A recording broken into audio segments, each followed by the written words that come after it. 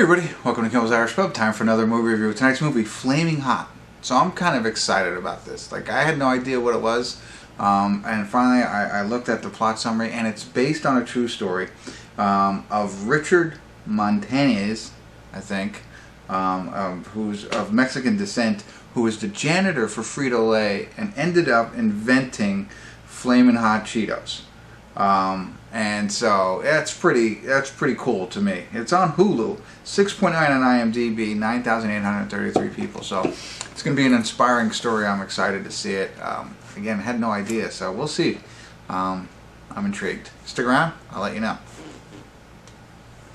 Hey everybody, we're at the credits of Flamin Hot, and before we get into it, I just want to throw some names out there that were in this.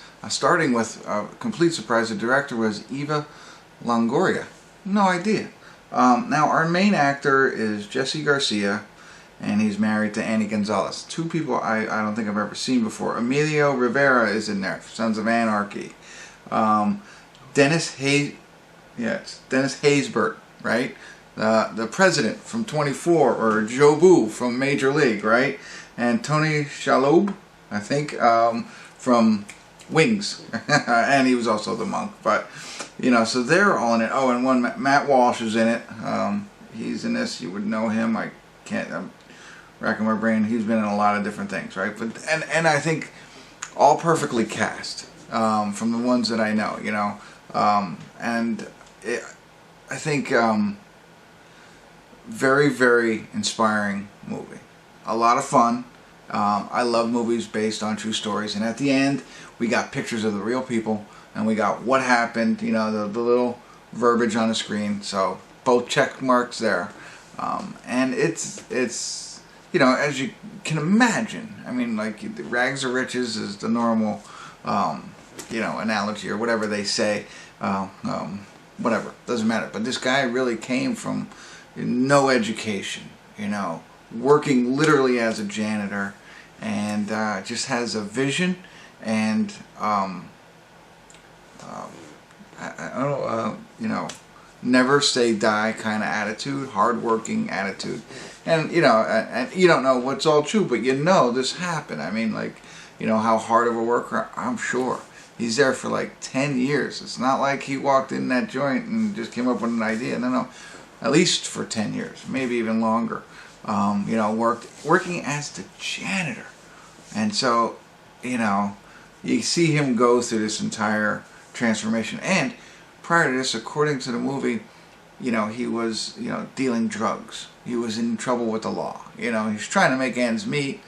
You know, and the way they present it on the screen, you still like the guy, but he was trying to do what he needed to do in order to provide for his family. Gets lucky in the Frito-Lay, and then, you know, the rest, as they say, is history.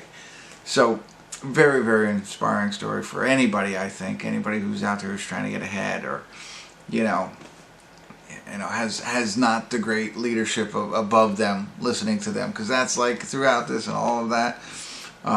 So the actors that they chose, I like. You know, our president, he was kind of like the engineer at the plant that he worked at. He's been working there for many, many years, never getting promoted kind of thing, but he acts as a mentor to Jesse, who is the inventor.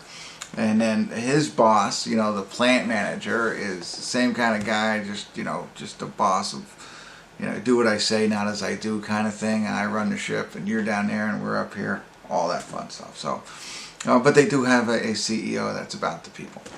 But the point of that, all of it was the actors that they chose fit those roles very well, at least in those couple that I just messaged. And I you know, I don't know. It was very well told, I think. You know, it's kind of chronological, which is great. So, you know, and easy to follow. I liked our main character. I mean, you like him right from the start, and that's what you want. You want to be rooting for him in this type of movie, and you end up with that connection that you're hoping he's doing the best, or hope everything works out for him. And then, you know, when whatever happens, you feel emotionally connected, and I think they did a good job there. So it obviously deals with a couple of different things. So obviously race and culture, He was from a Mexican descent, and that's what he was trying to do with these Flaming Hots, is connected to his heritage.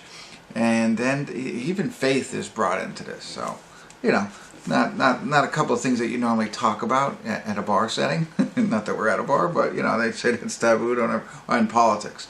Politics, race, and religion, like, are things that you don't think you're supposed to talk out. You know, that's what they say anyway. And they're all in here. Politics is in here too. It's not very heavy, but there you go. Anyway, definitely worth the watch.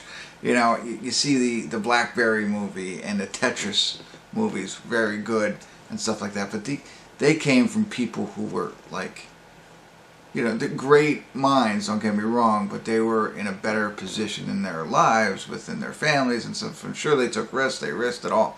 This guy had nothing. You know what I mean? Like, and, you know, took that and became what he was. So, there you go. Hopefully, you found this interesting. Or at least I hope you're helpful. I don't know. I hope you find this movie as interesting as I did. Check it out.